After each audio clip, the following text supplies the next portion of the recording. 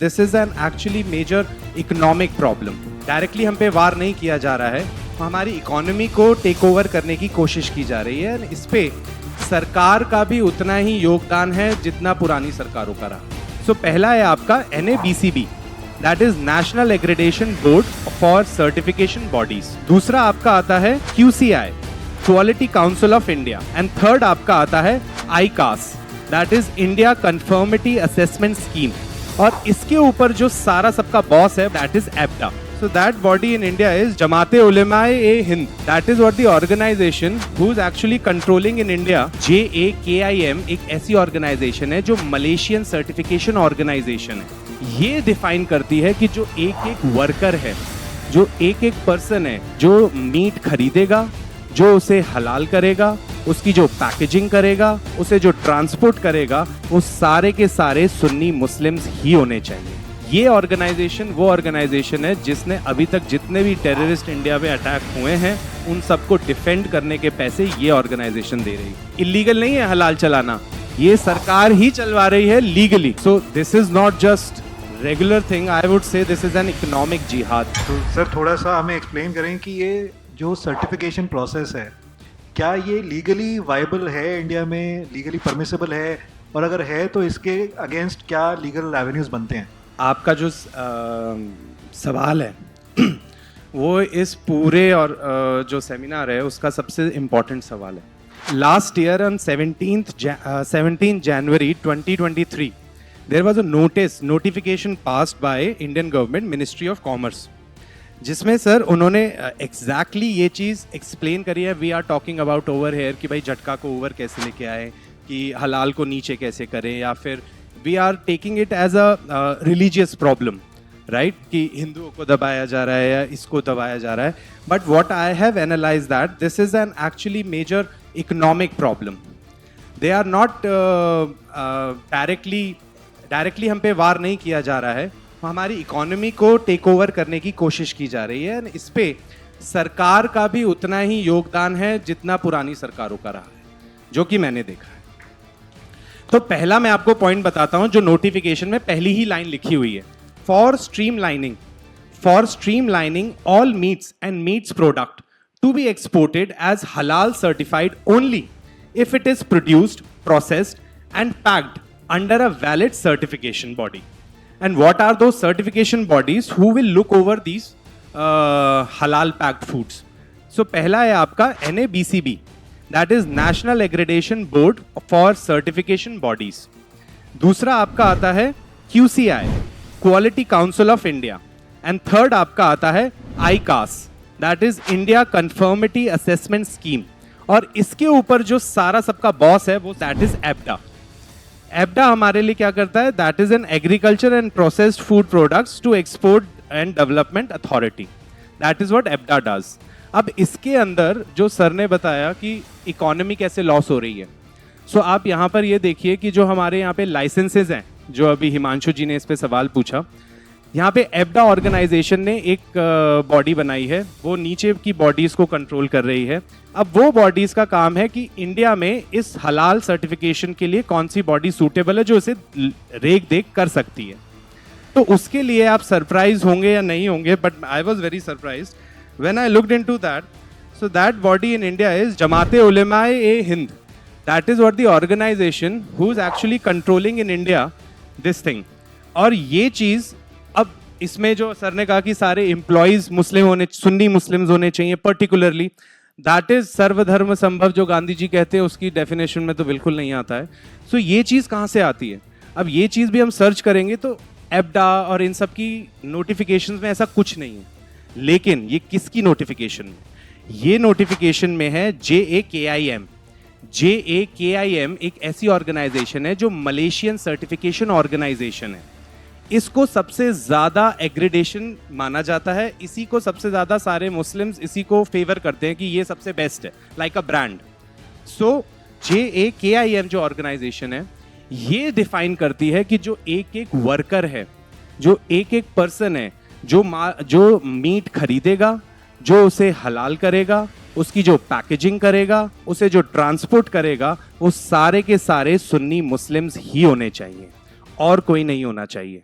तो इसके पीछे हमारा लॉस क्या हुआ? 32,000 people lost their job. So I was surprised कि ऐसे कैसे. So I was looking into all notifications.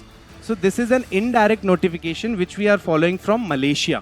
और जो मलेशिया को दे रखा है वो जमाते उलेमाए हिंद को दे रखा है. और आप ये मानिए कि ये ऑर्गेनाइजेशन वो ऑर्गेनाइजेशन है जिसने अभी तक जितने भी टेररिस्ट इंडिया पे अटैक हुए हैं उन सबको डिफेंड करने के पैसे ये ऑर्गेनाइजेशन दे रही है. तो डायरेक्टली इनडायरेक्टली हमारा पैसा किसको जा रहा है? इनको ही जा रहा है. यही है जमाते उलेमाए हिंद, इनको ही पैसा जाता है सरकार का ऑफिशियली, लीगली. और ये इलीगल नहीं है हलाल चलाना, ये सरकार ही चलवा रही है लीगली. अब इसके पीछे प्रॉब्लम क्या आती है कि हमारे पास कोई और नहीं है क्या? सॉल्यूशन है. हम इंडोनेशिया की एग्रेडेशंस ले सकते हैं, हम और भी 2 कंट्रीज हैं उनके एग्रेडेशन ले सकते हैं, लेकिन हमने मलेशिया का ही लिया. जमाते उलेमा को ही इसका लाइसेंस एग्रेडेशन दिया. अब इससे हमें एक और नुकसान क्या जो बहुत ज़्यादा सीवियर अटैक हो रहा है वो ये है कि सर आज की डेट में कंपटीशन में इन्फ्लेशन बढ़ रहा है. इन्फ्लेशन ये हलाल सर्टिफिकेट बढ़ा रहा है. वैसे ही इन्फ्लेशन से हम सब परेशान हैं. अब ये हलाल सर्टिफिकेट हम पे इन्फ्लेशन की मार कैसे मार रहा है? एक्चुअली अब मैंने अपना प्रोडक्ट, मैं सपोजिटली मीट बेच रहा हूँ या आगे जाके जो भी प्रोडक्ट्स बेचेंगे उस पर अलग डिस्कशन करेंगे. Meat is the major thing. मैं मीट प्रोडक्ट बेच रहा हूँ, मैंने अपने आप को हलाल कर दिया. मेरे आगे जो जितने भी कॉम्पिटिटर्स हैं, अब सारी जनता मेरे से खरीद रही है, राइट? It is expensive. मेरा 200 का, इनका 100 का है, लेकिन फिर भी मेरी से ज़्यादा डिमांड है. तो इन लोगों ने भी अपना मीट हलाल सर्टिफिकेशन करा के 200 कर दिया. अब कॉस्ट क्यों बढ़ी इस चीज़ के ऊपर? क्योंकि हलाल सर्टिफिकेट है इसलिए मैं एक्स्ट्रा महंगा बेच रहा हूँ? नहीं. एक्चुअली इसके पीछे भी पूरा का पूरा एक सिस्टम है, लिस्ट है कि एक कंपनी के जितने भी प्रोडक्ट्स होंगे, XYZ, सपोजिटली टाटा है. अब टाटा के 1000 प्रोडक्ट भी हो सकते हैं, लाख प्रोडक्ट भी हो सकते हैं. तो पर प्रोडक्ट आपको एक हलाल सर्टिफिकेशन की फीस देनी होगी. And that is renewable fee, one time नहीं है. मतलब एवरी क्वार्टर और एवरी हाफ ईयरली और every year you have to pay that fee on that product regularly. अब इससे क्या है, मैन्युफैक्चरर की कॉस्ट पे इफेक्ट आ रहा है, तो वो इस पे अपना पैसा एक्स्ट्रा कर रहा है. और उसके लिए जो लोग इस रिलीजन में मानते हैं उनके लिए तो ठीक है, जो नहीं मानते हैं, क्योंकि हम मेजॉरिटी में हैं, हम नहीं मानते हैं इस चीज को, लेकिन उसका कॉस्ट फिर भी हमें बेयर करना पड़ रहा है. That is not justified. What I feel, this is not justified at all.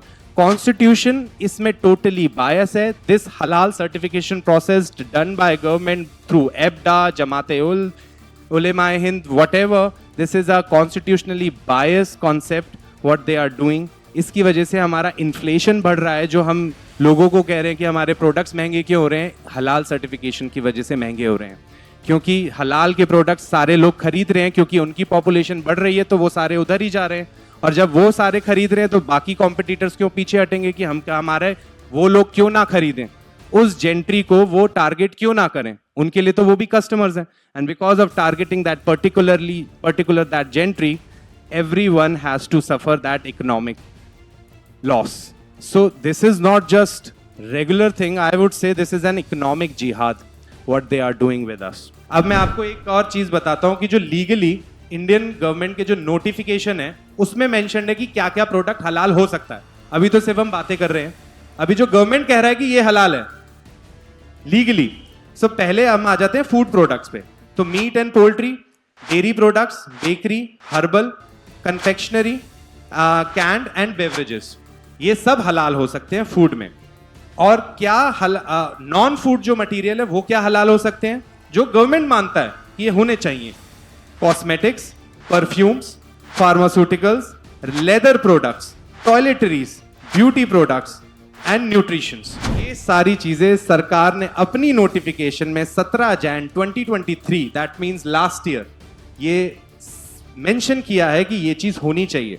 अब हम यहाँ पर सेमिनार्स कर रहे हैं कि झटका को हम ऊपर लाएं. वो हम कैसे ला सकते हैं जब सरकार प्रॉफिट के पीछे मलेशियन सर्टिफिकेशंस को, जमाते उल हिंद को, उनको प्रोवाइड कर रही है उनके हाथ में, और हम यहाँ पर सेमिनार्स कर रहे हैं. So this is not just regular thing, I would say this is an economic jihad. This is not the way. We have to directly take action for it.